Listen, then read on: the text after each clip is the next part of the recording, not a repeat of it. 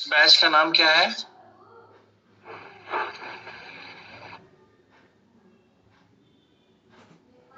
प्रेम, क्या नाम है इस बैच का? अगस्त सर्वेश? 2025। हाँ, ग्रामर बैच अगस्त 2025 वो लिखना पड़ेगा ना मुझे। आज 16 तारीख है, 16 अगस्त। जो डेट लिख रहे हैं रेडिंग से, रेडिंग भी प्रॉपर्ली विजिबल है, क्लियरली, कोई भी दिक्कत नहीं है।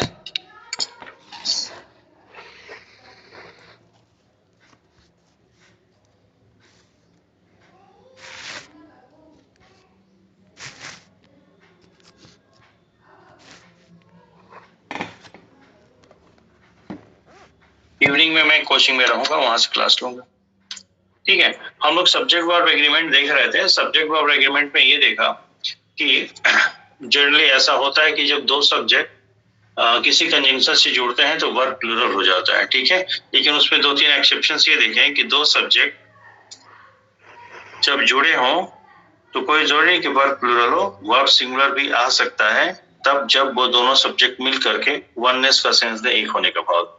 क्लियर हो गया। दूसरा ये देखा था कि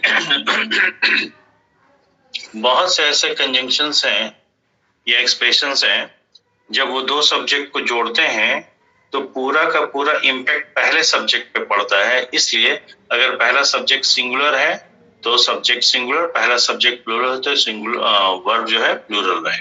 ठीक है, उसके बाद देखा था कल हम लोगों ने कि बहुत से ऐसे एक्सप्रेशंस हैं या कंजंक्शन है जिनको हम पेयर्ड कंजंक्शन कहते हैं या कोरिलेटिव कंजंक्शन कहते हैं। उनमें से तीन ही था, आइदर और, neither nor, not only but also. इनके माध्यम से अगर दो सब्जेक्ट जुड़े हों तो वर्ब हमेशा दूसरा सब्जेक्ट के नंबर के अकॉर्डिंग एग्री करता है। दूसरा सब्जेक्ट कहने से बेहतर है कि आप ये कहें कि वर्ब के नजदीक जो सब्जेक्ट होता है उससे एग्री करता है। यहाँ तक ठीक है। उसके बाद कल हमने देखा था डिटरमाइनर। डिटरमाइनर क्या होता है, तो उसमें हमने देखा था कि डिटरमाइनर से दो तरह के क्वेश्चन बनते हैं। एक तो डिटरमाइनर से खुद का क्वेश्चन बन जाता है कि सही डिटरमाइनर यूज हुआ है कि नहीं। जैसे आपने देखा था आइदर,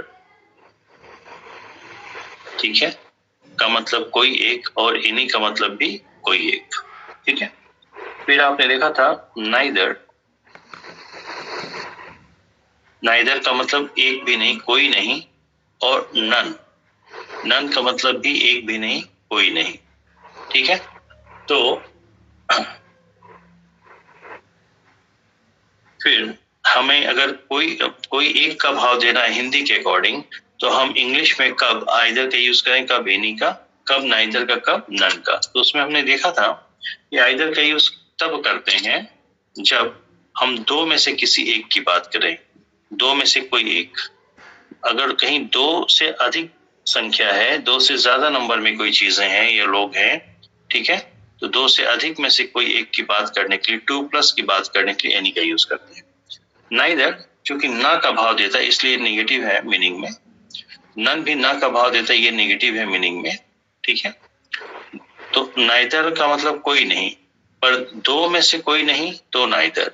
अगर दो से अधिक लोग हैं या चीजें हैं, उनमें से एक को भी कंसिडर नहीं करते हैं तो नन का यूज करेंगे। इतनी बात समझ में आ गई? ठीक है, ओके। तो यहाँ पे मैं यूं ही लिख दे रहा हूं, क्या खैर वो तो लिखा, आपको समझ में आ जाएगा, लिखने की जरूरत नहीं है।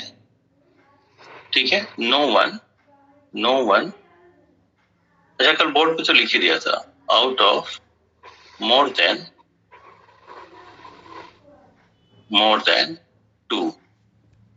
ठीक है, इसका वन आउट ऑफ मतलब में से, आउट ऑफ मोर देन 2। ठीक है, जैसे आपके एग्जाम में, एक एग्जांपल देता हूं, एग्जाम में इंस्ट्रक्शन मिलता है क्या, you can attempt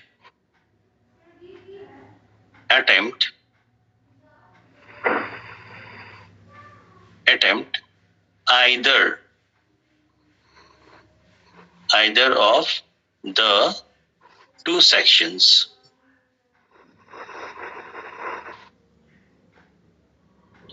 you can attempt either of the two sections. तो टू है तो दो में से कोई भी एक करना है, दोनों को नहीं करना है, तो कोई भी कर सकते हैं, ए है, बी है, 1 है, 2 है, ठीक है। जबकि आपको एक इंस्ट्रक्शन देता है, यू कैन अटेम्प्ट। हाँ बताइए, किसी कोई दिक्कत आ रही है? ठीक है, यू कैन अटेम्प्ट एनी 5 या एनी ऑफ द 5 क्वेश्चंस। तो क्या कह रहा है, you can attempt any of the 5 question, यानी 5 में से कोई एक ही करना है, ठीक है। लेकिन वही 2 था तो 2 में से कोई एक के लिए आइदर, 2 से अधिक में से कोई एक के लिए एनी। क्लियर है? ओके। अब चूंकि आइदर भी सिंगुलर है, एनी भी सिंगुलर है, तो ये तो डिटरमाइनर का यूज हो गया, ठीक है। आगे इस पे और बात करते हैं। अगर हम नाइदर की बात करें, ठीक है, नाइदर, नाइदर कहता है कोई नहीं, एक भी नहीं, नाइदर, ठीक है। इसका यूज देख लेते हैं। बोले neither of my students, students, ठीक है, हैव फेल्ड, ठीक है। तो सब्जेक्ट वर्ब एग्रीमेंट कराने के लिए आप लोगों ने देखा ही है कि हम सबसे पहले वर्ब को पकड़ेंगे। यहाँ पे एक वर्ब हैव है, दूसरा वर्ब फेल्ड है, तो हैव ही क्या होगा, हेल्पिंग वर्ब होगा। साइड बाय साइड जब दो वर्ब लगे होंगे तो पहला वर्ब हेल्पिंग और दूसरा वर्ब मेन वर्ब। तो मेन वर्ब जो है वो एक्चुअल एक्शन को बताएगा, असली कार्य को बताएगा। इसके पहले जो हैव है या कोई भी हेल्पिंग वर्ब होगा तो वो नंबर टेंस बताएगा जो एग्री करेगा सब्जेक्ट से, ठीक है। तो अगर सवाल करें have failed, who have failed, कौन फेल्ड हो गए हैं, तो साफ साफ दिख रहा है कि स्टूडेंट फेल हुए हैं। स्टूडेंट्स प्लूरल है तो हम, सब्जेक्ट ही प्लूरल है तो हमने हैव लगा दिया। लेकिन यहाँ पे जो सब्जेक्ट है स्टूडेंट, वो अकेला नहीं है, ठीक है। इसके पहले क्या लगा है, एक डिटरमाइनर लगा है, और डिटरमाइनर क्या है, नाइदर ऑफ, ठीक है। ऑफ कहता है में से, ऑफ का भाव में से, नाइदर ऑफ, नाइदर क्या कहता है, एक भी नहीं, कितने में से, 2 में से। तो एक्चुअल सब्जेक्ट तो आपका है प्लूरल, ठीक है। लेकिन इसके पहले चूंकि फ्री नहीं है, इसके पहले आपने एक डिटरमाइनर लगा दिया, और कल आपने डिटरमाइनर का डेफिनेशन देखा था कि जो डिटरमाइनर होता है वो किसी भी नाउन को रिस्ट्रिक्ट करता है, लिमिट करता है, सीमित करता है। तो डिटरमाइनर जितना कहेगा उतना ही भाव ये नाउन देगा। तो ये है तो 2, कैसे पता चला स्टूडेंट्स 2 हैं, 2 से अधिक नहीं, बोले नाइदर के यूज हुआ है, और नाइदर 2 के लिए यूज होता है, इससे पता चला कि 2 है, ठीक है। अब क्या, नाइदर ऑफ माई स्टूडेंट, 2 में से कोई भी, मेरे 2 में से कोई भी स्टूडेंट फेल नहीं हुआ है, ठीक है। एक भी फेल नहीं हुआ। तो प्लूरल तो तब होता है जब एक से अधिक फेल होते, एक भी नहीं फेल हुआ यानी कि प्लूरल नहीं है, तो वर्ब क्या आएगा, सिंगुलर आएगा। ये बात सबको समझ में आई, बोली भाई? यस। अब आते हैं हम नन पे। जरा भी आप लोगों को किसी पॉइंट पे डाउट हो, खुल के पूछिएगा, डाउट बहुत अच्छे से क्लियर होता है यहाँ पे, ठीक है। नन, नन भी कहता है कोई नहीं, एक भी नहीं, ठीक है। तो एक एग्जांपल लिख देता हूं, none of my 20 students have failed, ठीक है। तो who have failed, verb plural है, हु हैव फेल्ड, तो फेल तो स्टूडेंट्स हुए होंगे या नहीं हुए होंगे, तो यही एक्चुअल सब्जेक्ट है, और ये कैसा है, प्लूरल है, इसलिए हमने वर्ब प्लूरल लगा दिया, ठीक है। अब यहाँ पे, लेकिन यहाँ पे सब्जेक्ट प्लूरल तो है, ठीक है, लेकिन ये अकेला नहीं, इसके पहले क्या लगा है, नन लगा है। तो क्या कह रहा है, बोले 20 छात्रों में से एक भी फेल, मेरे 20 छात्रों में से एक भी फेल नहीं हुआ है। तो जब एक भी नहीं हुआ है तो वर्ब सिंगुलर आना चाहिए, हाँ या ना, बोलिए भाई जल्दी। कोई रिस्पॉन्ड ही नहीं करता है। आप लोग गुरुजी टाइप क्लास लेते हैं। सॉरी, यहाँ पे हैवी रहेगा, मैं गलत काट दिया, ठीक है। आपको ऐसा लग रहा होगा कि जब एक भी फेल नहीं हुआ तो यहाँ पे हैज होना चाहिए, जबकि यहाँ पे रहेगा हैव ही। ये एक्सेप्शन में है। क्यों, इसको समझ लीजिए। नन जो है, नन भाव देता है कोई नहीं, एक भी नहीं का, लेकिन नन के बाद जो वर्ब आएगा, मैं फाइनाइट वर्ब लिख रहा हूं, हाँ ठीक है, जो वर्ब आएगा, क्योंकि नंबर टेंस तो फाइनाइट वर्ब का ही होगा, ठीक है, जो वर्ब आएगा वो अपने आप में जनरली प्लूरल होता है, जनरली प्लूरल होता है, नहीं कभी कभार सिंगुलर भी हो सकता है, ठीक है। तो फिर ये समझ, जनरली प्लूरल होता है इसलिए हम डबल टिक कर दे रहे हैं, ठीक है। सिंगुलर भी होता है इसलिए सिंगल टिक कर दें, क्योंकि कभी कभार ऐसा सिचुएशन आएगी, वो कब आएगी मैं बता। तो चूंकि शुरू से आप लोगों ने देखा है कि इंग्लिश एक लैंग्वेज है, लैंग्वेज के माध्यम से, भाषा के माध्यम से भाव व्यक्त करते हैं, तो सेंटेंस का जैसा भाव होगा उस तरह के हम वर्ड्स का सिलेक्शन करते हैं, ठीक है। तो नन कहता है एक भी नहीं, जब एक भी नहीं है, अब प्लूरल तो एक से अधिक की बात करेगा, तो जब तक सब्जेक्ट एक से अधिक ना हो तब तक हम प्लूरल वर्ब का यूज नहीं करते।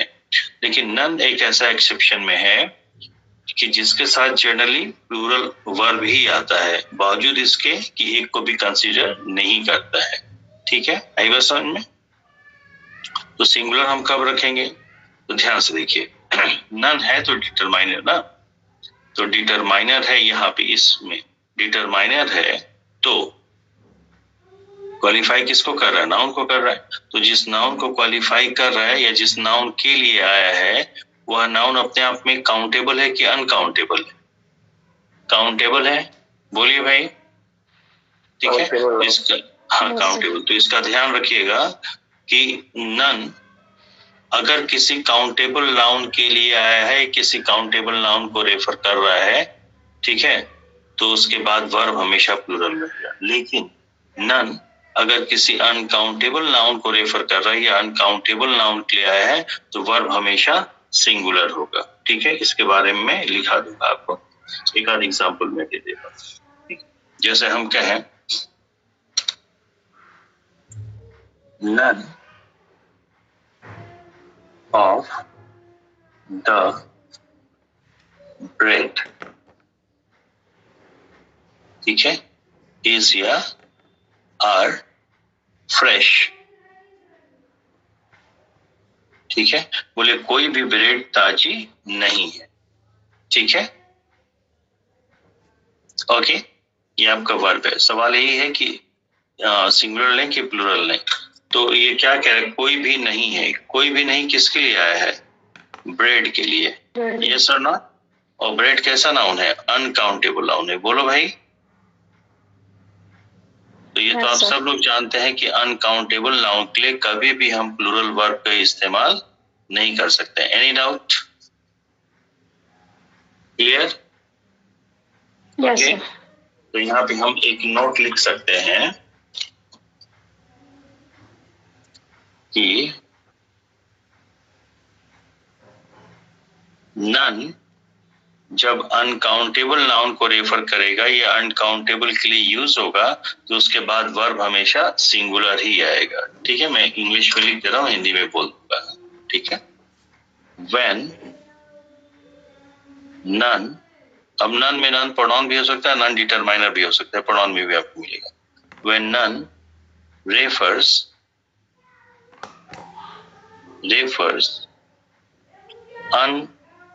uncountable, कॉपी पूरी दिख रही है ना, end to end, uncountable noun और यूज फॉर uncountable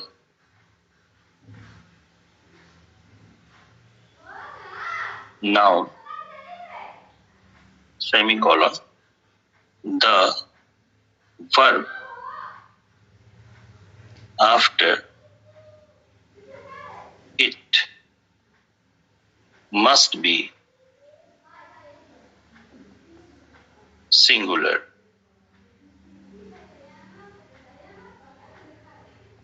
ठीक है, ओके।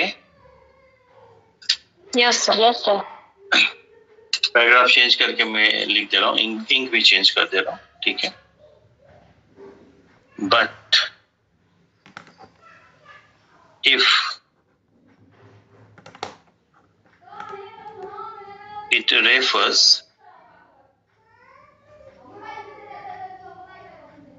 to plural noun, ठीक है, plural noun, semicolon, the verb must be plural। ठीक है, जो मैंने लिखा है पेन से सबको ठीक साफ साफ दिख रहा है? सब लोग बिना किसी एक्स्ट्रा एफर्ट लगाए पढ़ पा रहे हैं, इसको समझ पा रहे हैं? बोलिए जल्दी। Yes yes. जो लोग दूर दराज से हैं, उत्तराखंड नैनीताल वाले, वहाँ नेटवर्क ठीक है? जी सर। यस सर, अभी तो ठीक। ओके, पूर्णिमा जी ठीक चल रहा है? Yes sir. ठीक है। हिंदी में जो लोग नोट करना चाहें नोट कर लें, मैं बोल दे रहा हूँ, हाँ धीमे बोलूंगा, ठीक है। जब नन को इन्वर्टेड कॉमा, जब नन को uncountable noun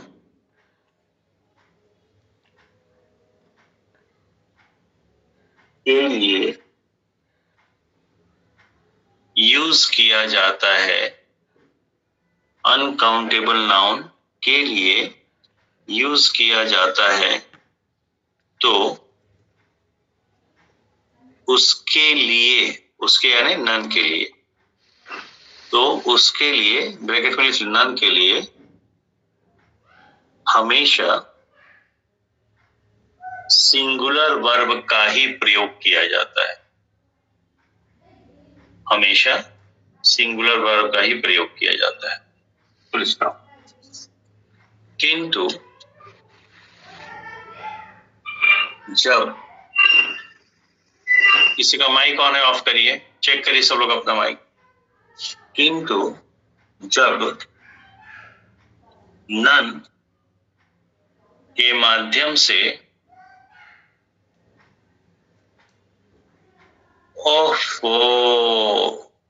hold on please, एक ब्लंडर हो गया, एक बच्ची को गलती से हमने रिमूव कर दिया है, please wait wait wait wait, मुझे पहले उसको लिंक भेज दीजिए।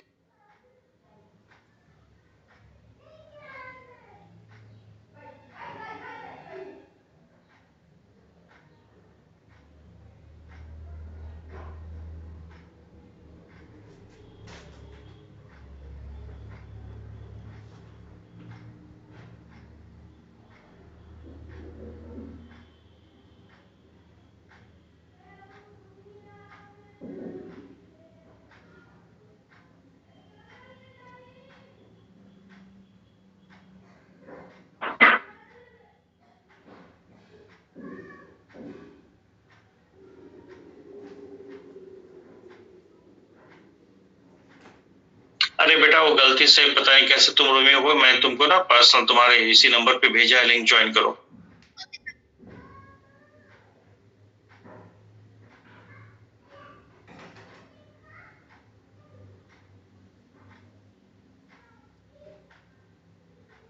एक सेकंड, हाँ।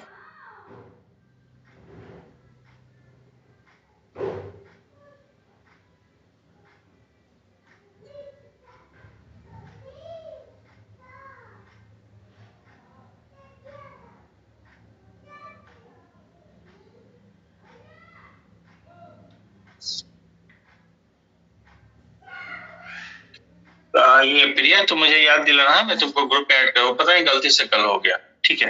हाँ, आप लोग ये बताइए, मैंने कहाँ तक बोला था, मैंने कहाँ तक बोला था? लास्ट लाइन कोई रिपीट कर दीजिए।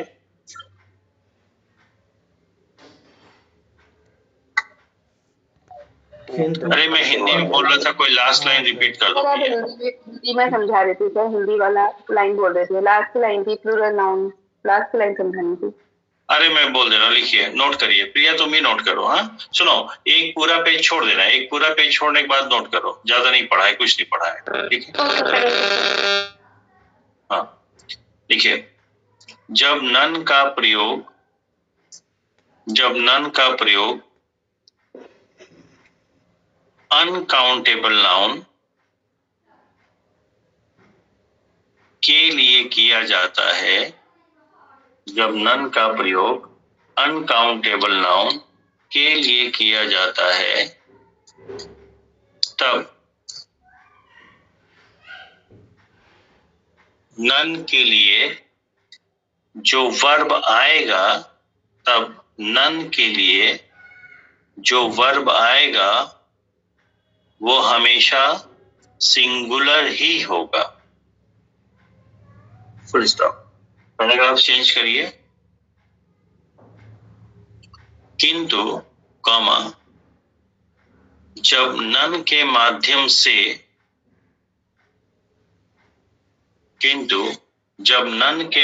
से प्लूरल नाउन को रेफर किया जाता है, तब नन के लिए आने वाला वर्ब हमेशा प्लूरल ही होगा। हमेशा प्लूरल ही होगा। एकदम क्लियर है? ठीक है, ओके। सर ये सबसे ऊपर सर प्लस माइनस, सबसे ऊपर सर जो नन लिखे हैं एकदम टॉप ऑफ द पेज। हाँ इसमें हाँ सर, नन इसमें माइनस भी लगाए हैं प्लस भी लगाए हैं, इसका मतलब नहीं समझ पाया। नहीं, इसका मतलब ये है प्रेम कि देखिए नाइदर जो है, ये देख लीजिए भाई, अच्छा सवाल पूछा। नाइदर जो है, ठीक है, नाइदर निगेटिव, माइनस का मतलब निगेटिव, निगेटिव सेंस देता है, ना का भाव देता है, ठीक है। उसी तरह नन भी जो है निगेटिव सेंस देता है, तो ठीक है, ना का भाव देता है, इसलिए यहाँ पे माइनस लगा, हमने रेटिंग से कर दिया, ठीक है, ओके। बाकी यहाँ पे ऊपर जो 2 लिखा है, ये नाइदर का यूज हम तब करते हैं जब नाउन की दी गई संख्या, the actual number of noun is 2, only 2, ठीक है, जब कोई चीज अपने आप में 2 है, ठीक है। लेकिन नन का प्रयोग हम करते हैं जब कोई वस्तु 2 से अधिक हो गिनती में, राइट। ठीक है सर, समझ गया सर। पर वो ना का भाव देगा, नकारात्मक भाव देगा। ये बात हमने कल बोर्ड पे भी शायद बताई, ठीक है, ओके जी सर, क्लियर। ठीक। ये प्रिया, ये देखो कॉपी पूरी दिख रही है ऊपर से नीचे तक?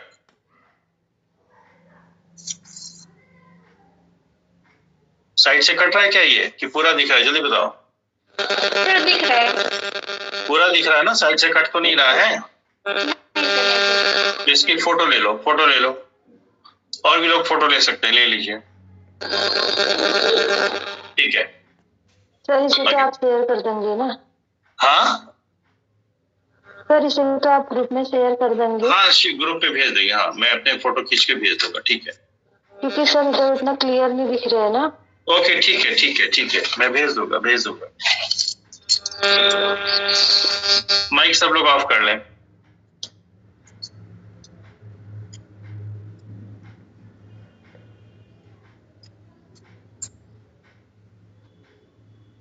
यहाँ पे नोटेबल पॉइंट क्या है वो देख लीजिए। अभी हम लोगों ने पढ़ा नन, ठीक है। नन के लिए जो वर्ब आएगा, ठीक, वो अपने आप में जनरली प्लूरल होता है, लेकिन सिंगुलर भी हो सकता है, ठीक है। तो कब नन जो है ये C4 काउंटेबल होता है। C का मतलब काउंटेबल, UNC का मतलब अनकाउंटेबल, ठीक है। तो नन अपने आप में एक डिटरमाइनर भी है, प्रोनाउन भी है, ठीक है। तो नन अगर काउंटेबल को रेफर करता है तो इसके लिए जो वर्ब आएगा हमेशा प्लूरल आएगा, ठीक है। लेकिन नन अगर अनकाउंटेबल को रिप्रेजेंट कर रहा है तो जो वर्ब आएगा हमेशा सिंगुलर आएगा। बस इतनी सी बात है। क्लियर है सबको? जी सर। Yes sir. ओके, ठीक। इसी में एक एक्सप्रेशन आता है नन बट, और उसमें कई बार कंट्रोवर्सी, लोग चूंकि आजकल यूट्यूब का जमाना है, कोई भी कुछ भी पढ़ा देता है। देखिए, नन बट।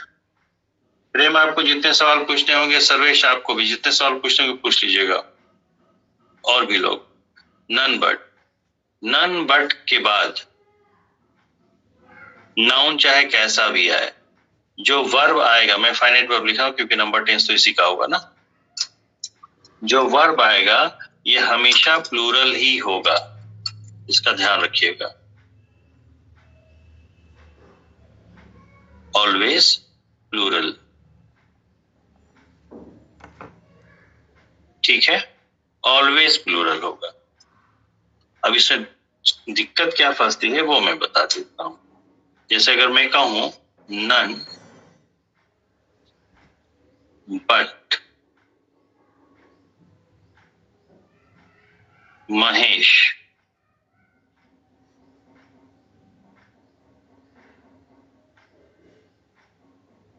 ठीक है, वाज या वर,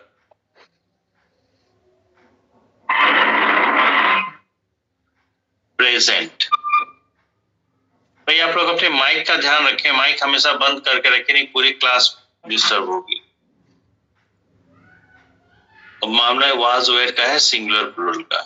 तो लोगों को ये लगता है, किसी को दिक्कत है? प्रॉपर्ली विजिबल है? पढ़ भी सकते हैं? Yes sir. तो बहुत लोगों को ये लगता है कि महेश जो है ये सब्जेक्ट है और ये सिंगुलर सब्जेक्ट है, तो हम वाज लगा दें। दरअसल महेश ये सब्जेक्ट है ही नहीं। लोग इस तरह से कई बार बता भी देते हैं, देखिएगा यूट्यूब वगैरह पे। दरअसल यहाँ पे महेश जो है वो ऑब्जेक्ट है। किसका?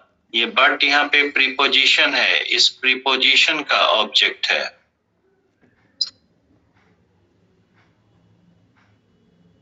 ठीक है? भाव के अनुसार क्या यहाँ पे बट जो है एक्सेप्ट का भाव देगा, सिवाय।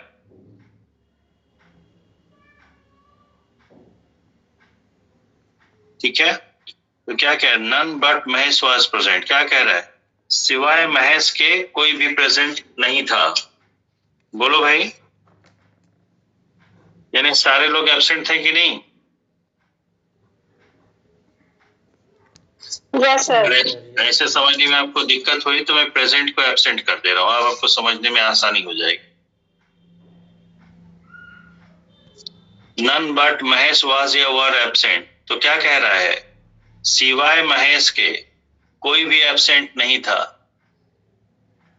तो बात किसकी हो रही है? जो एब्सेंट था उसकी हो रही है कि जो एब्सेंट नहीं था उसकी हो रही है? पहले तो ये समझिए।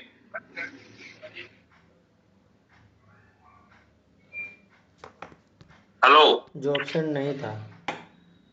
जो एब्सेंट नहीं था, तो एब्सेंट नहीं होने वाला एक व्यक्ति था कि एक से अधिक था? एक से अधिक। एक से अधिक। क्लियर है? तो जब एक से अधिक का भाव दे रहा है तो यहाँ पे वाज आएगा कि वर आएगा? वर।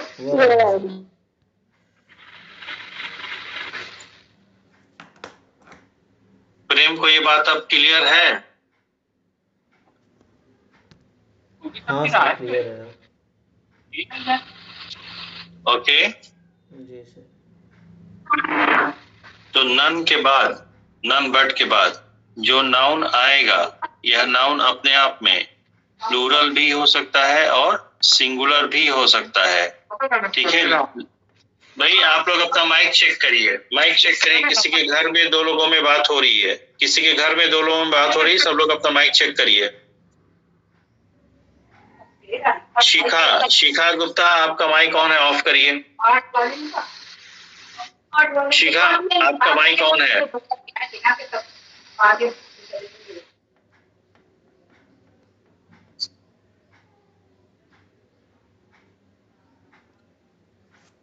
ये बात एकदम क्लियर है सबको?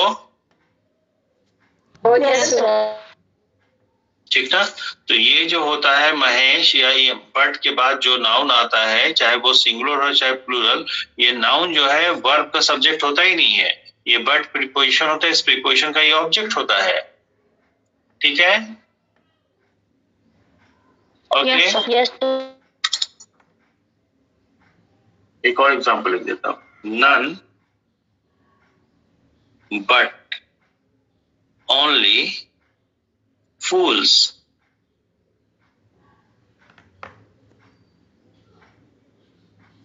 have believed it.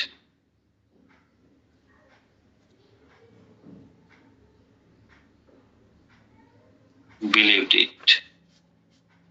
ठीक है, तो यहाँ पे फूल्स लगा है तो लोगों को लगता है कि जो फूल्स है वही सब्जेक्ट है, जबकि फूल्स क्या ऑब्जेक्ट है। इसका सब्जेक्ट कौन बनेगा? नन बनेगा। बात समझ में आई कि नहीं? तो कहना चाहता है कि सिवाय मूर्खों के और कोई भी विश्वास नहीं करता इसमें।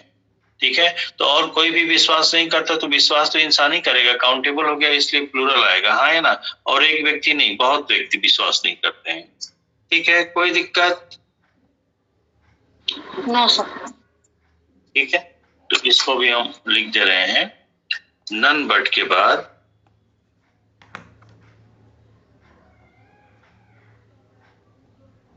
शिखा आपसे बात नहीं हो पाती है अभी, आपका माइक ऑन था, बात करने की आवाज आ रही थी। हाँ ठीक है, इसलिए मैंने आपको हटा दिया था। शिखा से बात बिल्कुल नहीं हो पाती है। नन बट के बाद जो नाउन आएगा, ये नाउन सिंगुलर भी हो सकता है या प्लूरल भी हो सकता है। ओके, लेकिन इसके बाद जो वर्ब आएगा, ठीक है, वो हमेशा प्लूरल होगा।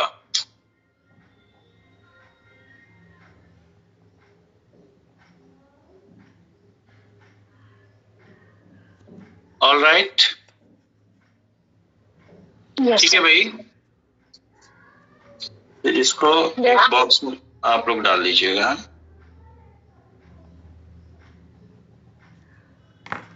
ठीक, इस पे इतना आराम से इत्मीनान से मैं बता रहा हूँ, क्योंकि यहाँ से क्वेश्चन बनते हैं और बच्चे फंसते हैं यहाँ। ठीक है, एक पॉइंट और है,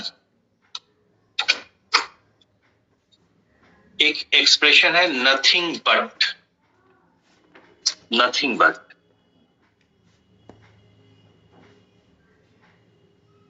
नथिंग बट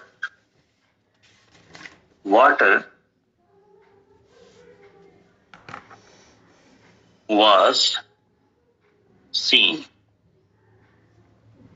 या nothing but trees were seen। ठीक है, तो इसको कई टीचरों ने ऐसे बता दे, बच्चे आके कोचिंग में ऐसे बताते थे, मैं क्लेम नहीं कर रहा हूँ। ठीक है, कि वाज का चूंकि सब्जेक्ट वाटर है, इस वर्ब का सब्जेक्ट वाटर है, वाटर सिंगुलर इसलिए वाज लग गया। वर्ब का सब्जेक्ट ट्रीज है, और ट्रीज चूंकि प्लूरल है इसलिए आपने वर्ब को कैसा लगा दिया? प्लूरल लगा दिया। और ये क्या है? सब्जेक्ट है। और ये क्या है? क्योंकि हमें सब्जेक्ट समझने की आदत ऐसी पड़ी है कि वर्ब के पहले जो नाउन है वही सब्जेक्ट होगा। दरअसल ये सब्जेक्ट है ही नहीं। क्या कह रहा है? Nothing but water. Nothing but का मतलब क्या हुआ? के सिवाय। तो बट जो है, यहाँ पे मैं पूरी क्लास को बता दूं, क्योंकि छोटे बच्चे भी इसमें, बट जो है लेकिन का भी भाव देता है और सिवाय का भी भाव देता है। लेकिन यानी कॉन्ट्राडिक्शन, एडवर्सिटी।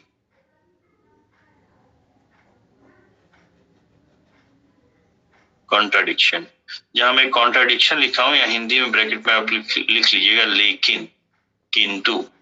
ठीक है, और बट जो है सिवाय का भी भाव देता है। सिवाय यानी एक्सेप्ट, EXCEPT। ठीक है, यहां लिख लीजिएगा हिंदी में सिवाय। ओके, लिख रहे हैं आप लोग, लिख लीजिएगा ब्रैकेट के नीचे सिवाय। तो बट जो है जब सिवाय का भाव देगा, बट जब एक्सेप्ट का भाव देगा, तो वो प्रीपोजिशन कहलाएगा। बट जब एक्सेप्ट का भाव देगा तो यहाँ पे ये कंजंक्शन नहीं है, ये क्या है, प्रीपोजिशन है। ओके,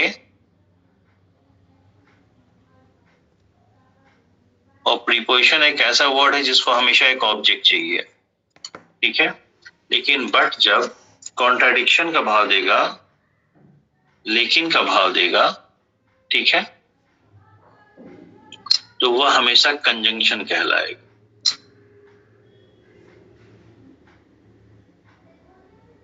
कंजंक्शन शॉर्ट में लिखा CUNJ, ठीक है।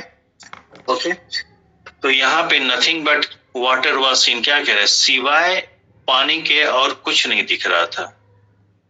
Nothing but trees were scene क्या कह रहा है, पेड़ों के सिवा और कुछ नहीं दिख रहा था। तो यहाँ बात किसकी हो रही है, जो चीज सेंटेंस के भाव पकड़िए, बात किसकी हो रही है, जो चीज दिख रही थी उसकी बात हो रही है या जो नहीं दिख रही थी उसकी बात हो रही है? जवाब दीजिएगा आप। जो नहीं दिख रहा है उसकी बात हो, जो नहीं दिख रहा था उसकी बात हो रही है। ट्रीज तो दिख ही रहे थे ना, हाँ या ना, और बात किसकी हो रही है, जो नहीं दिख रहा है। तो वर का सब्जेक्ट क्या बनेगा, नथिंग बनेगा। बोलो भाई, वाज का सब्जेक्ट क्या बनेगा, नथिंग बनेगा। तो चूंकि नथिंग कुछ नहीं है तो ये तो है सिंगुलर एज अ सब्जेक्ट, ठीक है, इसलिए सही है। लेकिन एज अ सब्जेक्ट ये भी सिंगुलर है, इसलिए यहाँ पे वर्ड ना हो कि क्या होगा, वाज होगा। ये बात समझ में आई। Nothing but trees were seen, बात किसकी हो रही है, सिवाय पेड़ों के कुछ नहीं दिख रहा था। तो बात किसकी हो रही है, जो दिख रहा है उसका, जो नहीं दिख रहा, नहीं दिख रहा था, क्या नहीं बोले, कुछ नहीं दिख रहा था, खाली पेड़ ही पेड़ दिख रहा था और कुछ नहीं दिख रहा था। जो नहीं दिख रहा था वो तो कुछ नहीं है, प्लूरल है ही नहीं, तो बचा क्या, सिंगुलर, इसलिए सिंगुलर चलेगा। ये बात क्लियर है? Yes sir. ओके, तो इसको मैं लिख दे रहा हूं। देखिए, नथिंग बट के बाद एक नाउन आएगा, उसके बाद फाइनाइट वर्ब आएगा सब्जेक्ट बताने के लिए, मामला ही हमारा, ठीक है। तो ये जो नाउन आएगा, यह नाउन अपने आप में सिंगुलर भी हो सकता है या प्लूरल भी हो सकता है, जैसा कि ऊपर दिया गया है एग्जाम्पल में, ठीक है। लेकिन ये जो वर्ब होगा ऑलवेज सिंगुलर होगा, इसका ध्यान रखिएगा, ऑलवेज सिंगुलर, ठीक है। और इस वर्ब का सब्जेक्ट कौन होगा, नथिंग होगा, ठीक है। तो ये नाउन क्या करेगा, बोले ये नाउन जो होता है, ये नाउन, ये बट जो है प्रीपोजिशन है। आपने देखा कि प्रीपोजिशन को एक ऑब्जेक्ट चाहिए, तो ये जो प्रीपोजिशन, इस प्रीपोजिशन का ये ऑब्जेक्ट कहलाता है।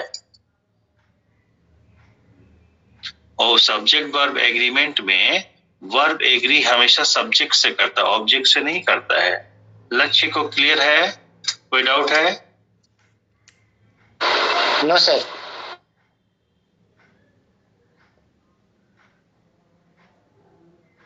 एकदम क्लियर, बोलो भाई। Yes sir. सबको?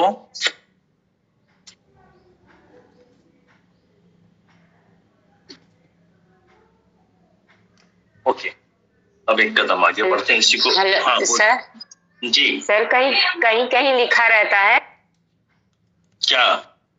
सर कहीं लिखा रहता है nothing but the brave deserve, sir तो वो गलत होता है। Nothing but the brave deserve sir लिखा रहता है। नहीं, नथिंग नहीं होगा, वहां पे नन आएगा। नथिंग तो वस्तु को बताएगा, नन होगा, आप देखिएगा। नहीं सर, ये करके रहता है nothing but the brave deserve the, ऐसे कुछ आगे रहता है। नहीं नहीं नहीं, नहीं उस पूरे सेंटेंस को नहीं, उस पूरे सेंटेंस को हाँ नन बट होगा, नथिंग नहीं होगा, नथिंग नहीं होगा, नन होगा वहां पे। आप देखिएगा, सेंटेंस को लेके आइए, ठीक है। अच्छा सर।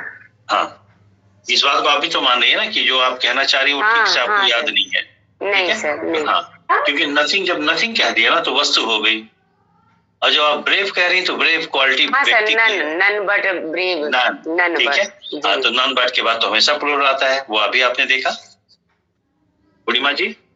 नन बट के बाद ऑलवेज प्लूरल जी देखिए लिखा है। जी सर जी ठीक जी है, ये देखिए नन बट के बाद जो नाउन आएगा सिंगुलर भी आ सकता है, प्लूरल भी आ सकता है, लेकिन वर्ब जो है ऑलवेज प्लूरल, राइट? जी सर। ओके, अब इसी को थोड़ा सा हम आप लोगों को शॉर्ट में कर देना। ये तो आपको मैंने दे दिया सर कॉन्सेप्ट, थोड़ा सा एग्जाम में बैक, आपको सर एक सेकंड सर, क्या थोड़ा सा बैक करिए सर। बताओ? सर ये ऑलवेज, ठीक है सर, ऑलवेज हाँ, सिंगुलर है, हाँ वही सर आप ऑलवेज सिंगुलर, हाँ सर ठीक है, मुझे ठीक लगा है। सर आप ये मैं नथिंग बट की बता रहा हूँ, नथिंग बट की बता रहा हूँ। पूर्णिमा जी को इधर दिखाया नन बट वाला, ये नन बट था, जी ये जी सर जी जी सर। अच्छा हाँ ठीक है प्रेम? ठीक है सर, ठीक समझ गया सर। हाँ, नहीं उसको मैं अभी वो जो कंफ्यूजन आपको अभी देखने में हो गया मैं उसको सही कर दे रहा हूँ, ठीक है। तो ये तो हो गया कॉन्सेप्ट की बात कि ऐसा क्यों होगा, ठीक है। आइए अब एक सिरे से हम लेके चलते हैं। हम लोग ने 3 पॉइंट देखे हैं नन या नथिंग से। एक एक्सप्रेशन है नन, ठीक है। नन के बाद जो भी वर्ब आएगा, मैं फाइनाइट वर्ब लिखा हूं क्योंकि नंबर टेंस तो इसी का होगा ना। तो ये फाइनाइट वर्ब जो है, ठीक है, अपने आप में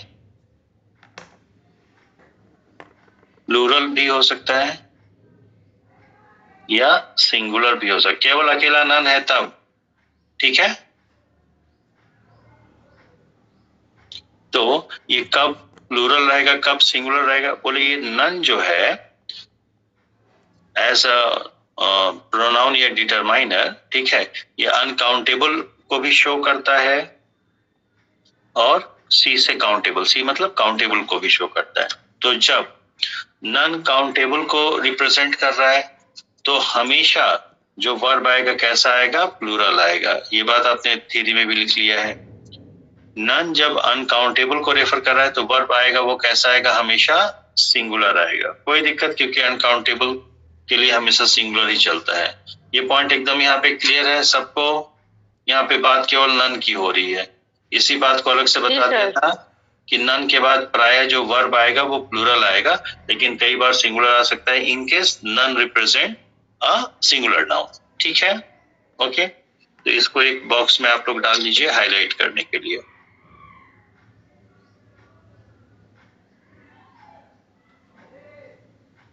उसके बाद फिर आपने देखा नन बट, नन बट एक साथ आ जाएगा, ठीक है। ओके, नन बट के बाद जो नाउन आएगा, एग्जाम्पल में हमने करके दिखा दिया आपको ना, रमेश वाला, वो सिंगुलर भी आ सकता है या प्लूरल भी आ सकता है, ठीक है। लेकिन यहाँ पे जो वर्ब आएगा, फाइनाइट वर्ब में लिख रहा हूं, जो वर्ब आएगा ऑलवेज प्लूरल,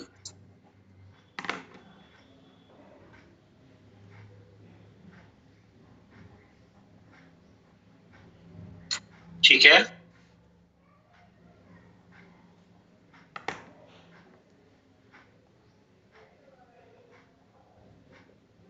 ओके, यस फिर हम लोगों ने देखा कि एक नथिंग बट एक्सप्रेशन है। बच्चे अक्सर कंफ्यूज होते हैं नन बट नथिंग बट में, ठीक है। नथिंग बट एक एक्सप्रेशन है,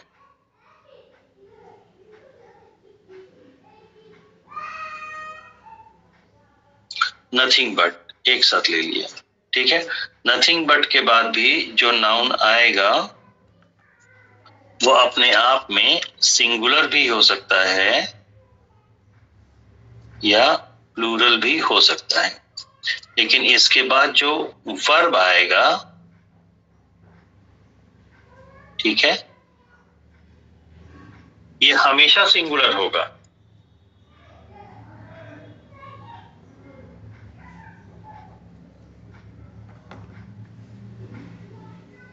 ठीक है।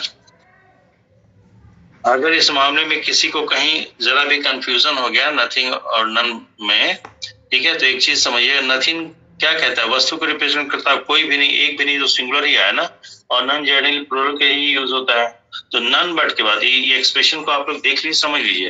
अकेला नन है, अकेला नन है, तो उसके बाद जो वर्ब आएगा प्रायः प्लूरल आता है, लेकिन सिंगुलर भी आ सकता है। कब? जब नन अनकाउंटेबल को रेफर करेगा, अगर नन अकेला यूज हुआ है तो। लेकिन अगर नन बट यूज हो गया तो आंख बंद करके जो वर्ब होगा हमेशा कैसा होगा? प्लूरल होगा। ऐसा क्यों होगा? क्योंकि इस वर्ब का सब्जेक्ट कौन होता है? नन होता है, केवल नन, बट नहीं, बट प्रीपोजिशन होता है। ठीक है, ओके, पीछे लिखा हमने, ओके। लेकिन अगर नथिंग बट आ गया तो नथिंग बट के बाद नाउन भले सिंगुलर या प्लूरल कैसा भी हो, लेकिन जो वर्ब होगा वो हमेशा सिंगुलर ही होगा, क्योंकि नथिंग जो है सिंगुलर को ही रिप्रेजेंट करता है, दो कंसीडर ही नहीं करता, एक से कम को कंसीडर करता है, ये नहीं भी नहीं करता। एक आपने पिछले आधे घंटे या 45 मिनट में ये 3 की पॉइंट्स आपने देखे, इसमें किसी को कोई डाउट है? और एक बात मैं और आपको बता दूं, यहाँ पे जो नाउन आता है नन बट के बाद या नथिंग बट के बाद, ये नाउन जो होता है ऑब्जेक्ट होता है, ये सब्जेक्ट नहीं होता है। और वर्ब हमेशा सब्जेक्ट से एग्री करता है, ऑब्जेक्ट से एग्री नहीं करता। ऑब्जेक्ट किसका होता है? इस प्रीपोजिशन का। ये जो बट होता है यहाँ पे, ये प्रीपोजिशन होता है। कॉन्सेप्ट क्लियर है ना पूर्णिमा जी? Yes sir. और कुछ लोग इसी नाउन को बता देते हैं कि सब्जेक्ट है तो ये सिंगुलर रहेगा, तो ये वर्ब सिंगुलर, ये प्लूरल रहेगा तो वर्ब प्लूरल। ऐसा नहीं है, ठीक है। चलो भाई, एक पॉइंट अपना खत्म हुआ, बहुत अच्छा पॉइंट है। यहाँ से क्वेश्चन बनते हैं। अगर हमने बहुत इत्मीनान से 3 पॉइंट की बात करी है 40-45 मिनट में, तो इसका मतलब कि वो इम्पोर्टेंट है, क्वेश्चन बनते हैं। ठीक है, आगे बढ़ते हैं। अब हमारा नन हो गया, नाइदर हो गया, आइदर बचा है ना? नहीं, आइदर तो हो ही गया, कल ही हो गया आइदर, ठीक है, एनी भी हो ही गया। अब क्या बचा? ईच बचा और ऑल बचा। एक डिफरेंस हम देख लेते हैं, ईच और ऑल। ये कई बार भाव जो है वैसा देता है,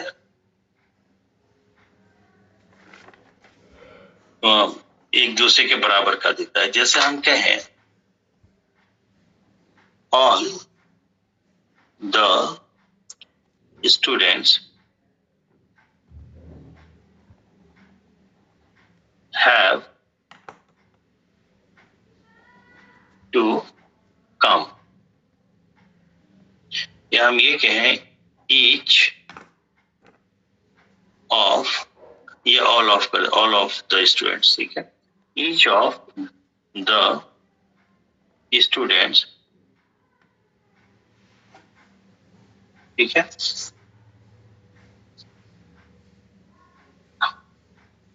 have to submit their क्या हिस हो जाएगा, चलो कर देता हूं, their answer sheet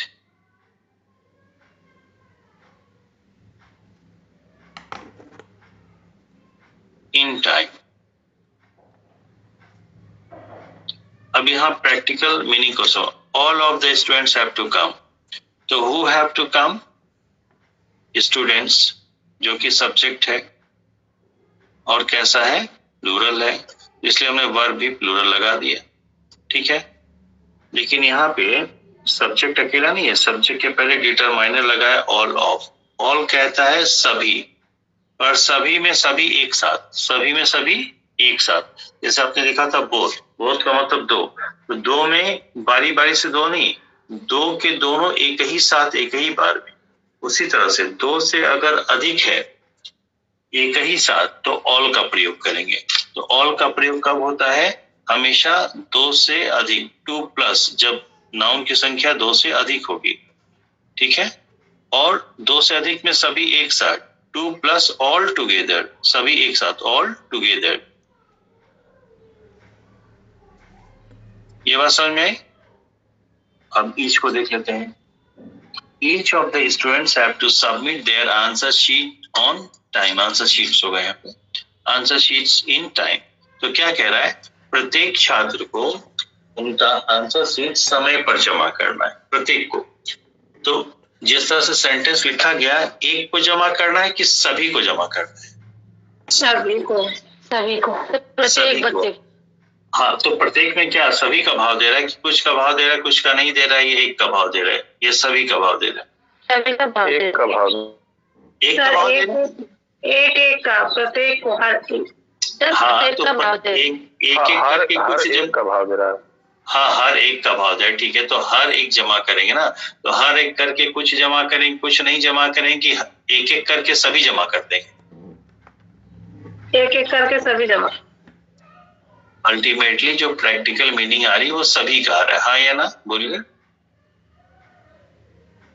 ठीक है, ओके। तो ये थोड़ा सा कंफ्यूजन हो जाता है। तो प्रैक्टिकल भाव तो दे रहा है कि जितने बच्चे हैं वो सब जमा करेंगे, भले एक एक करके जमा करेंगे, है ना। देखिए, हमको ऐसा समझ में आता है कि जब सभी का भाव दे रहा है, सारे बच्चे जमा कर देंगे, तो एक से अधिक बच्चे जमा किए तो क्यों ना हम प्लूरल वर्ब करते। लेकिन चूंकि एक बार में ईच की वजह से एक बार में एक ही कंसीडर हो रहा है, इसलिए एक बार में एक को ले रहा है, इसलिए यहाँ पे प्लूरल वर्ब ना करके सिंगुलर वर्ब आएगा। ये बात समझ में आई। और इसी वजह से यहाँ पे देयर ना आकर के, प्लूरल ना करके, क्योंकि वो एक बच्चा जो जमा करेगा एक बार में, वो अपनी ही एक कॉपी जमा करेगा, तो यहाँ पे देयर ना करके इज आएगा। ये बात समझ में आई, ठीक है। लेकिन ईच जो है ग्रामेटिकली एक बार में एक को कंसीडर करता है, और इसका जो प्रैक्टिकल सेंस होता है वो प्लूरल का होता है। अब यहाँ देख लीजिए ईच का क्या है। ईच जो है हम तब यूज करते हैं जब नाउन की संख्या, ध्यान समझिए, दो हो या दो से अधिक हो, ठीक है। लेकिन दो हो चाहे दो से अधिक हो, दो को एक साथ नहीं लेंगे और दो से अधिक में भी एक साथ नहीं लेंगे, एक एक करके, वन एट अ टाइम।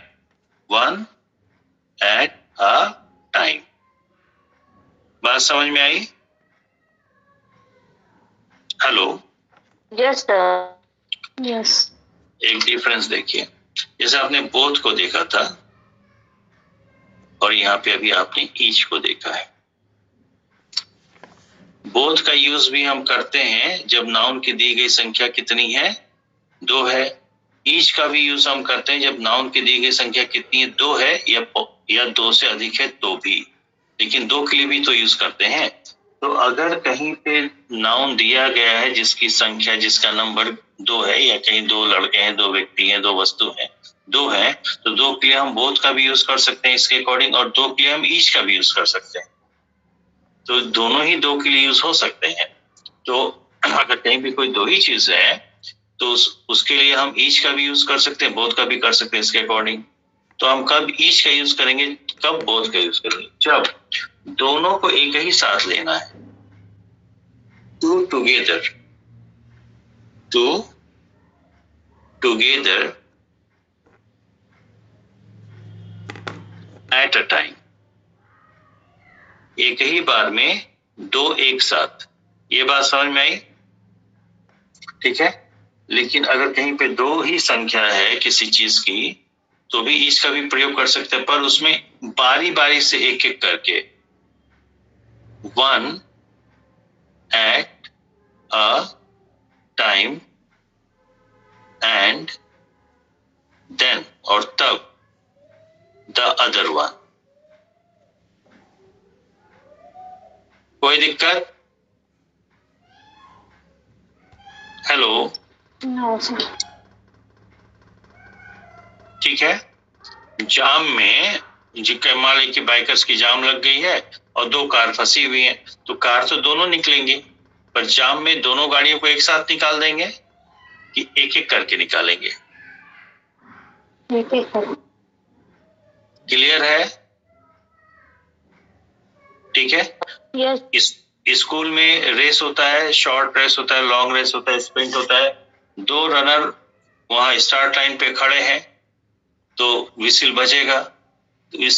तो बारी बारी से एक एक करके भागेंगे, या दोनों ही भागेंगे और दोनों एक साथ भागेंगे? एक साथ भागेंगे सर, एक साथ भागेंगे। तो वहां पे ईच का यूज होगा या बोथ का? सर बोथ का। बोथ। क्लियर है मामला? बोलिए भाई। Yes sir. हमें 2 रोटी खाने को मिलती है शाम को, मैं बोथ खाऊंगा कि ईच खाऊंगा?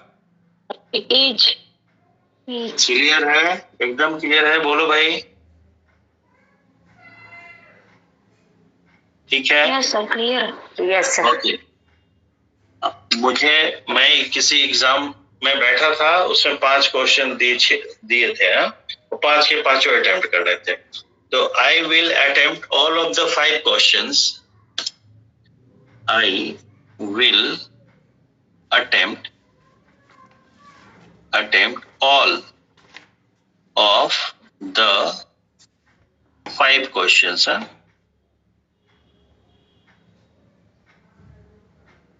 क्वेश्चन शॉर्ट में लिखिए, या आई विल अटेम्प्ट, ठीक है, ईच ऑफ द 5 क्वेश्चंस। आसान मामला? Yes sir. ठीक है, ऑल ऑफ द 5 क्वेश्चंस, बोले 5 तो करने ही करने हैं, हाँ है ना? तो 5 के सभी करने, तो एक प्रैक्टिकल भाव आ सकता है, सभी करने तो ऑल कर दो। अब इसमें कौन सा सही होगा? I will have to attempt all of the 5 questions या each of the 5 questions? Each of the. All कैसे? ऑल का मतलब क्या है कि 2 से अधिक में सभी एक साथ। तो 2 से अधिक है, 5 क्वेश्चन है, 2 से अधिक है, तो मतलब 5 क्वेश्चन को एक ही बार में कर लेंगे कि बारी बारी से एक एक करके निपटाएंगे क्वेश्चंस को? सर एक एक करके निपटाएंगे, तो ईच आएगा। सबको क्लियर है? जी सर। ठीक है, ओके। Yes sir. ओके, ठीक है। आप एग्जाम हॉल में बैठते हैं, जब आपका एग्जाम खत्म हो जाता है तो अपनी कॉपी या जो भी होता है, कार्बन कॉपी व्हाटएवर, ठीक है, आप इन्विजिलेटर को दे के जाते हैं। एग्जाम हॉल में जितने कैंडिडेट बैठे होते हैं वो सभी तो अपनी आंसर कॉपी इन्विजिलेटर को दे के जाते हैं। बोलो भाई। Yes sir. यस। तो वहां पे ऑल का ये सभी में 2 से अधिक, एग्जाम हॉल में 2 से अधिक तो होंगे, तो सभी में 2 से अधिक, तो यहाँ पे ऑल का यूज करेंगे या ईच का यूज करेंगे? ईच का। ईच का सर। एकदम क्लियर है? Yes sir. जब इन्विजिलेटर गेट पे खड़ा होकर आपका एडमिट कार्ड चेक करता है तो ऑल का करता तो सभी का है, वहां पे ऑल लगाएंगे कि ईच लगाएंगे? ईच लगाएंगे। ईच लगाएंगे, ठीक है। प्रिंसिपल साहब क्लासरूम में आ गए तो उनको रिगार्ड देने के लिए स्टूडेंट्स खड़े होते हैं, तो ईच स्टूडेंट खड़ा होता है कि ऑल स्टूडेंट खड़े होते हैं? ऑल। अब इससे ज्यादा एग्जाम्पल तो मेरे पास भी नहीं है। ठीक है भाई? जी sir. Yes sir. Yes sir. ठीक है, ओके, मामला क्लियर हो गया। अब एक कदम और आगे बढ़ लेते हैं थोड़ा सा। जी, कौन है? बोलिए, कुछ पूछना है? नहीं।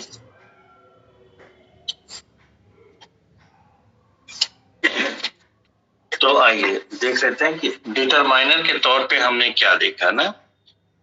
एनी देखा, ईच देखा, ऑल देखा, बोथ देखा, आइदर देखा,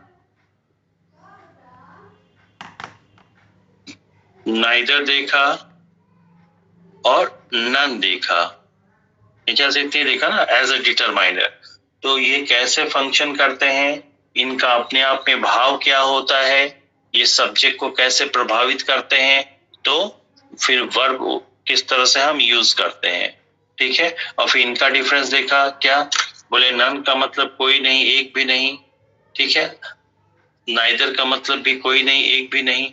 तो दोनों का भाव तो हिंदी के अनुसार एक ही आ रहा है, एक भी नहीं। तो कब हम नाइदर का यूज करेंगे, कब नन का यूज करेंगे?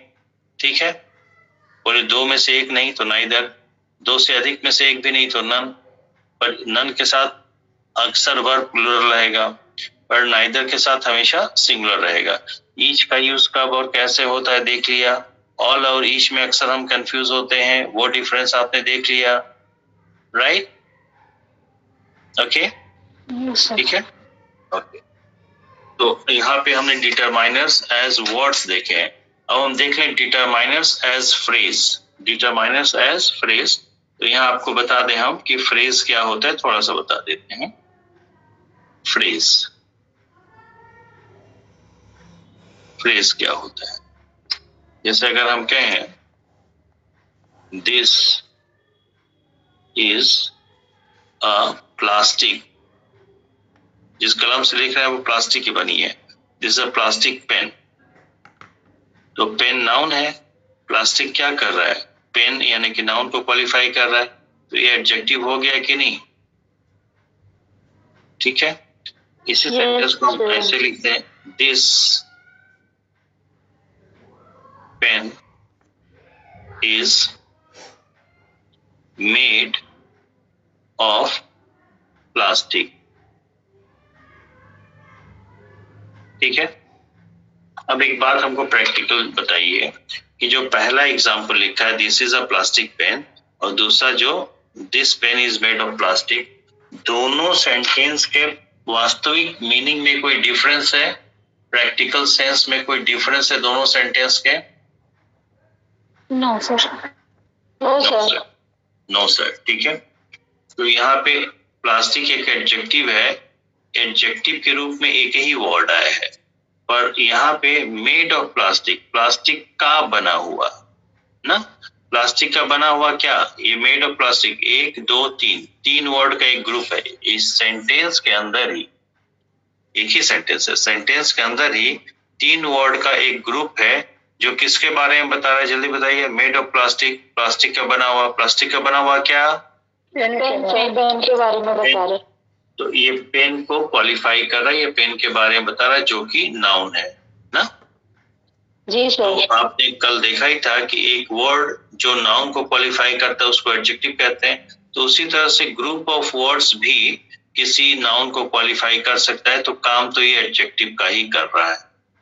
ठीक है, पर अंतर इतना है कि पहले सेंटेंस में एडजेक्टिव का काम अकेला एक वर्ड कर रहा है, और दूसरे सेंटेंस में एडजेक्टिव का काम एक ग्रुप ऑफ वर्ड्स कर रहा है। ये बात समझ में आ गई? दूसरी एक इंपॉर्टेंट बात, इस सेंटेंस में इज एक वर्ब है और मेड भी एक वर्ब है, बोलो भाई। तो अगल बगल दो वर्ब है, तो पहला वर्ब हेल्पिंग वर्ब होगा, ठीक है। तो हेल्पिंग वर्ब का काम क्या होता है, मेन वर्ब को हेल्प करना, किस मामले में, उसका नंबर और टेंस बनाने में सर। ठीक है, तो हेल्पिंग वर्ब जो है यहाँ पे मैं अलग से कर देता हूं, हेल्पिंग जो वर्ब जो है मेन वर्ब को हेल्प करता है, किस मामले में, इसका नंबर और टेंस बनाने में। तो हेल्पिंग वर्ब नंबर टेंस बना के देगा किस वर्ब को, जिसका पहले से नंबर टेंस है या नहीं है? नहीं है, नहीं है, जब तभी बनाया। तो हाँ, तो एक ऐसा वर्ब जिसका अपना खुद का नंबर टेंस नहीं है, वो फाइनाइट वर्ब कहलाता है कि non finite? Non finite. Non finite sir. जो नॉन फाइनाइट वर्ब होते हैं वो केवल दो ही होते हैं, या तो V3 फॉर्म का होगा या नहीं तो V4 फॉर्म का होगा, हाँ या ना। अगर V4 है तो ING रूप में लिखा जाएगा, V4 अगर है तो वो ING रूप में लिखा जाएगा, हाँ है ना। तो अब ये बताइए, this pen is made of plastic, तो यहाँ पे दो वर्ब है, इज और मेड, अगल बगल ना, इज और मेड दो वर्ब है। तो जब भी अगल बगल दो वर्ब होंगे तो पहला वर्ब हेल्पिंग वर्ब, पहला verb helping verb. Helping verb का काम क्या होता है, मेन वर्ब को हेल्प करना, किस मामले में, उसका नंबर और टेंस बनाने में। तो हेल्पिंग वर्ब मेन वर्ब को नंबर टेंस बना के देगा कब, जब मेन वर्ब का अपना खुद का नंबर टेंस होगा तब, या जब नहीं होगा? सर जब नहीं होगा तब। नहीं होगा, तो मेड का नंबर टेंस नहीं है, ठीक है। तो एक ऐसा वर्ब जिसका नंबर टेंस नहीं, वो फाइनाइट होगा कि नॉन फाइनाइट? Non finite. तो ये मेड, अब मुझे मैं सीधा इसी को मैं सीधा सवाल पूछ लेता हूँ, मेड यहाँ पे फाइनाइट वर्ब है कि नॉन फाइनाइट है? Non finite. अरे जवाब दो भाई। Non finite. नॉन फाइनाइट, क्योंकि इसके पहले हेल्पिंग वर्ब, किसी भी वर्ब के पहले अगर हेल्पिंग वर्ब लगा है तो वो, होल्ड ऑन, किसी भी वर्ब के पहले अगर कोई हेल्पिंग वर्ब लगा है तो ये वर्ब हमेशा नॉन फाइनाइट ही होगा, क्योंकि हेल्पिंग वर्ब का क्या काम होता है? हेल्प करना। किसका? मेन वर्ब का। किस मामले में? होल्ड ऑन, आप ना बोलिए, नंबर और टेंस बनाने के मामले में। क्लियर है? तो हेल्पिंग वर्ब नंबर टेंस बना के किसको देगा? जिसका पहले से नंबर टेंस है उसको देगा नहीं ना, जिसके पास नंबर टेंस नहीं उसको देगा, हाँ या ना? ठीक है, तो हेल्पिंग वर्ब के बाद जो भी मेन वर्ब आता है उसका नंबर टेंस नहीं होता, इसलिए वहां हेल्पिंग वर्ब लगा होता है हेल्प करने के लिए, इसी मामले में नंबर टेंस बनाने के लिए। ठीक है, तो और एक ऐसा वर्ब जिसका नंबर टेंस नहीं उसको हम क्या कहेंगे? Non finite. Any doubt? No doubt sir. तो ये वर्ब क्या है? Non finite. ठीक है, अब आइए देखते हैं।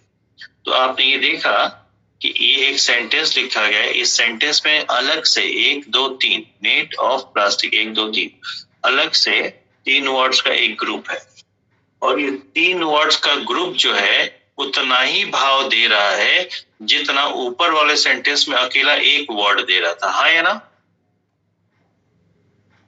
ठीक है, पर ये जो ग्रुप ऑफ वर्ड्स है मेड ऑफ प्लास्टिक, कुछ भाव तो दे रहा है प्लास्टिक का बना हुआ। प्लास्टिक का बना हुआ क्या, इससे केवल इतने को देख के, 3 वर्ड को देख के नहीं पता चला कि प्लास्टिक का क्या बना हुआ, पर ये कुछ भाव तो दे रहा है। पर क्या ये पूरा भाव दे रहा है? No sir. नो सर, पर कुछ भाव तो दे रहा है। तो इसी को हम फ्रेज कहते हैं। फ्रेज क्या होता है, अब इसको समझ लीजिए।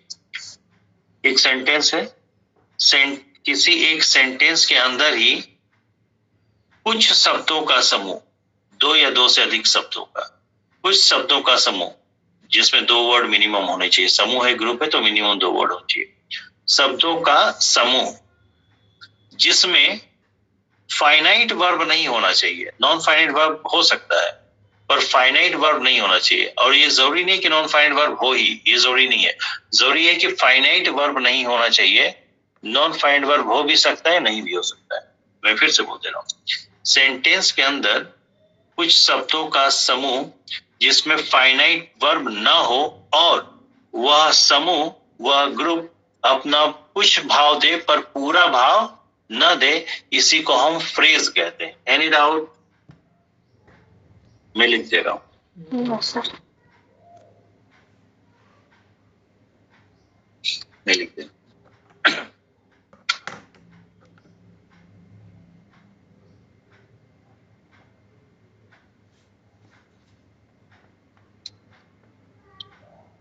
Number 1 point, phrase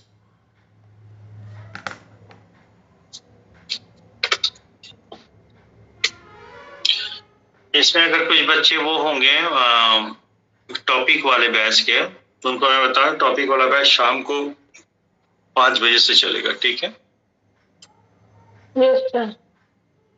phrase is a group of words within a sentence। क्या लिखा है? फ्रेज इज अ, हालांकि ए फ्रेज होना चाहिए था, a phrase is a group of words with in a sentence. कहने का क्या मतलब है, जो फ्रेज होता है वो सेंटेंस के अंदर ही शब्दों का समूह होता है। ये हिंदी में मैं लिखवाऊंगा अभी। है number 2, a phrase must not, not को मैं कैपिटल से हाईलाइट कर देना, must not have any finite verb.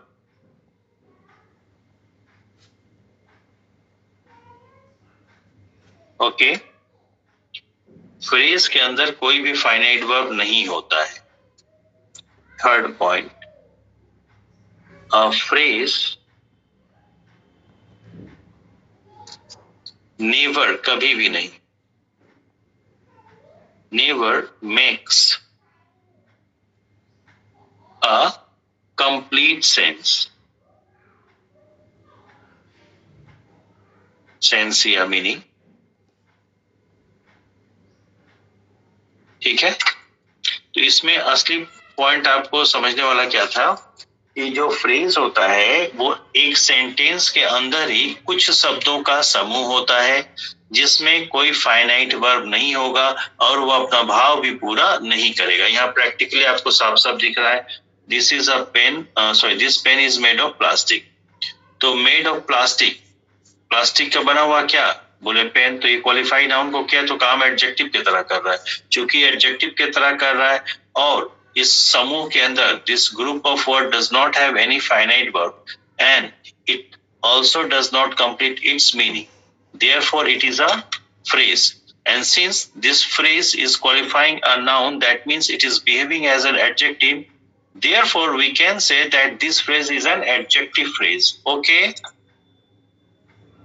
Yes आगे चल के हम लोग पढ़ेंगे कि जो फ्रेज होते हैं तीन प्रकार के होते हैं, एडजेक्टिव होता है, नाउन होता है, एडवर्ब होता है। तो आप लोगों के एग्जाम में एक क्वेश्चन बनता है कि आप कैसे पता करेंगे कि जो दिया गया फ्रेज है वो एडजेक्टिव है, नाउन है या एडवर्ब है, वो आगे पता करेंगे। ठीक है, जो बच्चे हिंदी में लिखना चाहते हैं नोट कर लें, बोलो लिखिए, फ्रेज हेडिंग डाल दीजिए। पॉइंट नंबर 1 क्या कह रहे हैं,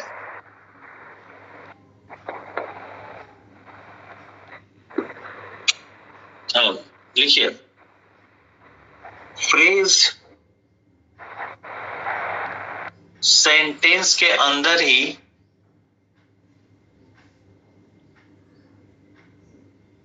दो या दो से अधिक, फ्रेज सेंटेंस के अंदर ही दो या दो से अधिक शब्दों का एक समूह होता है। ये पहला पॉइंट था आपका, ठीक है। नंबर 2 पॉइंट,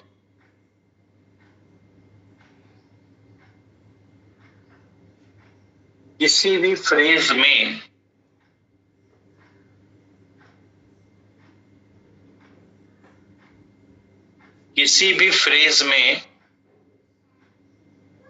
कोई भी फाइनाइट वर्ब नहीं होता है। किसी भी फ्रेज में कोई भी फाइनाइट वर्ब नहीं होता है। नंबर 3 पॉइंट, फ्रेज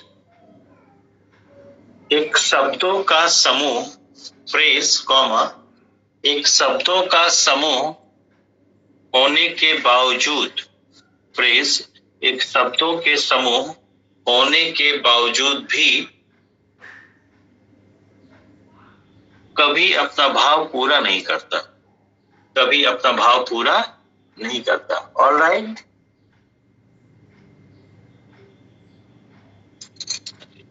रिस्पॉन्ड कर दिया, आपका चिल्ला रहा है, ठीक है।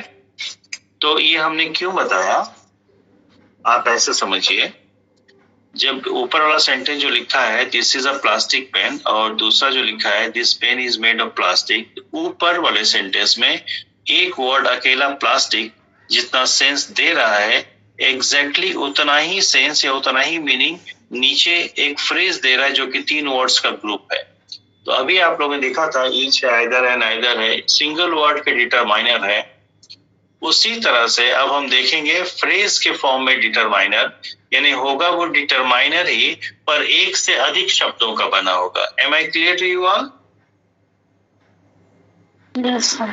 ठीक है, तो उसमें अलग अलग शब्दों को नहीं लेंगे, ठीक है, ओके। तो फ्रेज डिटरमाइनर अब हेडिंग डालते हैं, दिखता है कि नहीं क्लास में?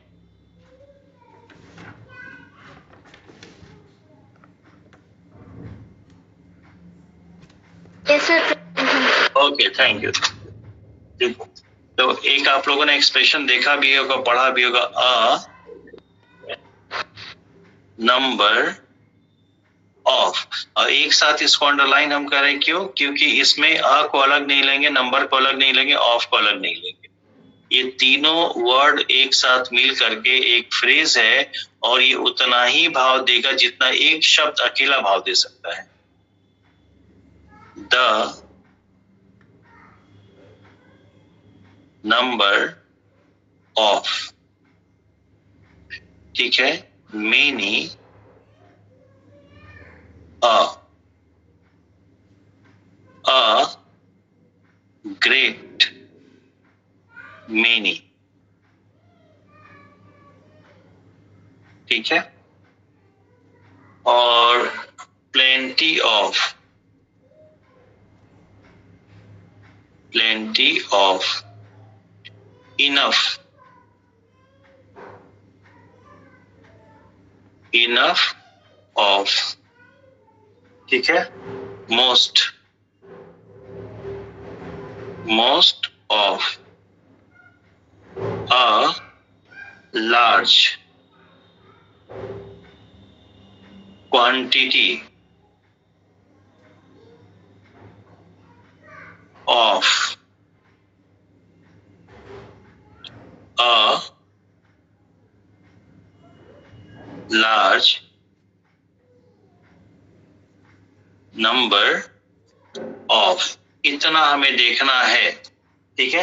तो आपको लग रहा है ए लार्ज क्वांटिटी ऑफ 1 2 3 4, और ये बताएगा किसी एक ही वर्ड को क्वालिफाई करें, यानी कि एक डिटरमाइनर, एक वर्ड का डिटरमाइनर जितना भाव देगा उतना ही भाव यहाँ पे 4 वर्ड का डिटरमाइनर मिलकर एक साथ उतना ही भाव देगा। ऑलराइट, ठीक है।